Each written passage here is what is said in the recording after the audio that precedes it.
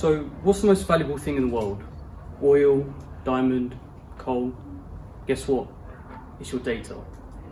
Well, maybe not financially, but every website you click on, every post you like, every item you buy, it's recorded, it's tracked, and then sold to third-party companies. Which companies? Who knows? Well, at this point, it's such an unknown, making it such a grey area in any industry. But at this point in time, it should be common knowledge that your data is being taken from you. Some companies notorious for this are Google, Facebook, Instagram, and I'm pretty sure everyone here uses at least one of these services. There have been multiple lawsuits filed against them for unethical practices using customers' data, their own employees' data in bad ways. Now, I'm not here to say boycott these companies as they hold such significant monopolies in their industries. There's nothing much we can do about it. However, there are alternatives and different methods which we can use to prevent the amount of data they're taking from you. One method is a virtual private network, VPN for short. And again, I'm assuming most of you here know what it does, but here's a simplified explanation. It creates a data tunnel from your device to the server or the website you're going to. And on that data tunnel, cookies latch on, like when you see, oh, we admire your privacy, accept, decline. When you accept, the cookies latch onto your data tunnel. If you're from home, your IP address is then tracked from that website, and all your information from that website taken from that company, just like that.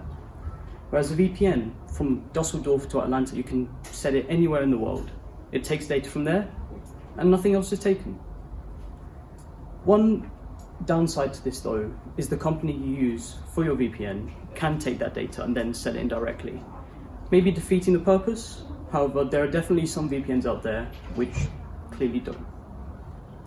Another method is using an entirely different search engine. DuckDuckGo is one which prides itself in not tracking its users' data and actively shows foreign data snatchers trying to take your data, but it blocks them. I personally use this as when looking at different shopping websites such as Amazon, ASOS, anything else. Ads would come up on a completely unrelated website. Like, I'm looking at biology homework, I see an advert for clothing, I see an advert for a video game. It's very tempting. But if you want to take it to an extreme, you can download something called Tor browser. It uses deep web, dark web activity to completely prevent you from being visible on the internet. It creates a completely anonymous identity. However, this is a very grey area, so I say tread lightly, tread cautiously. However, a completely different approach to this is using your data as something worth selling. There are companies which would happily pay hundreds, if not thousands, for your data, and these are known as survey sites. You enter information such as your birth date, your name, your surname, maybe your address. However, there's been one case where a man received over $20,000 just for including keystrokes, screenshots, and even mouse movements to be able to accumulate this amount of money.